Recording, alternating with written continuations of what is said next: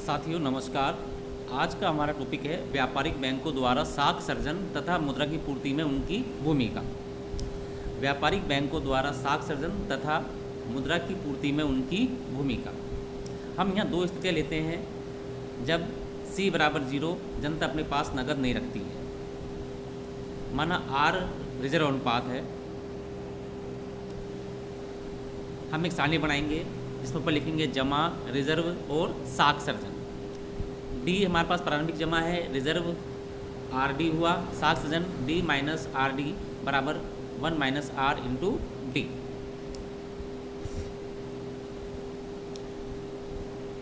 अब जो साख सर्जन हुआ है उसको हम प्रारंभिक जमा में लेंगे 1 माइनस RD का reserve R into 1 minus R into D. यहाँ पर आएगा हमारे पास 1 माइनस R का होल स्क्वायर इंटू डी। फिर हम लेंगे 1 माइनस R का whole square D R 1 minus R का होल स्क्वायर इंटू डी। साख सर्जन आएगी हमारे पास 1 माइनस R का क्यूब इंटू डी। इस प्रकार हम करते जाएंगे तो हमारे पास में जमा में आएगा 1 माइनस R की whole power n minus 1 into D. R 1 minus R की whole power n minus 1 into D. 1 minus R की पावर n इंटू डी। अब हम कुल जमा का सर्जन करते हैं। जो भी हमारे पास में जमा थी उन सबको जोड़ेंगे। D plus 1 minus R into D plus 1 minus R का whole square into D that is 1 minus R का whole square n minus 1 D. जोड़ने से प्राप्त होगा D अपॉन 1 माइनस R। गुणक श्रेणी द्वारा हमें प्राप्त होगा D अपॉन R। जमा गुणक है हमारे पास। जमा गुणक का सूत्र होता है कुल जमा अपॉन प्रारंभिक जमा। यह हमें प्राप्त होगा 1 माइनस R।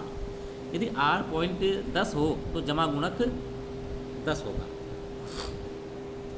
अब हम ज्ञात करेंगे कुल साख सर्जन। जो साख सर्जन का जो कॉलम था उनको जोड़ेंगे तो जोड़ने से हमें प्राप्त होगा 1 minus R into D upon 1 minus R। हमें प्राप्त होगा 1 minus R into D upon R।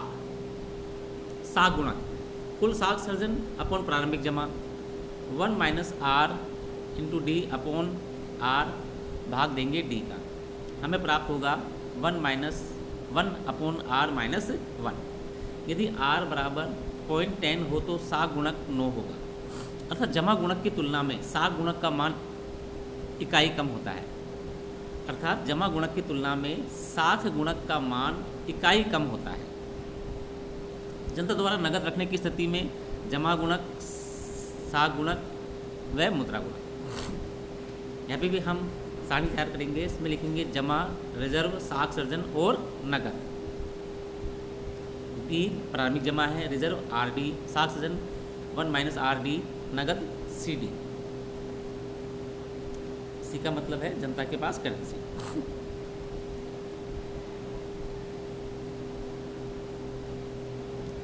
अब हम 1 माइनस R जो हमारे पास साख सर्जन था 1 माइनस RD में माइनस करेंगे CD तो प्राप्त होगा हमें 1 minus R minus C into D. Reserve R 1 minus R minus C into D. साख सर्जन प्राप्त होगा 1 minus R minus C 1 minus R D. और नगद है C 1 minus R minus C into D. इस प्रकार हम करते रहेंगे तो कुल जमा सर्जन है हमारे पास में D अपॉन 1 माइनस कोष्टक में 1 माइनस R माइनस C बराबर D upon R plus C। जमा गुणक आएगा हमारे पास में D upon R plus C भाग देंगे D का तो प्राप्त होगा मान हमें 1 अपॉन R प्लस C। कुल साख सर्जन वाले कॉलम को जोड़ लेंगे। हमें प्राप्त होगा 1 minus R into D upon R plus C। साख गुणक प्राप्त होगा हमें 1 minus R upon R plus C। जनता के पास कुल नकद, इसको जोड़ लेंगे, हमें प्राप्त होगा CD/R+C। कुल मुद्रा की पूर्ति M बराबर C+DD। C का मान लिखेंगे CD/R+C और DD का मान लिखेंगे D/R+C। हमारे पास को हल करने पाएगा M/D 1+C/R+C बराबर M, मुद्रा की पूर्ति का गुणक। साख सृजन की मान्यताएं। बैंक केवल मांग जमा स्वीकार करती है। बैंक अपनी जमा को केवल उधार देती है। रिजर्व अनुपात स्थिर रहता है। धन्यवाद साथियों।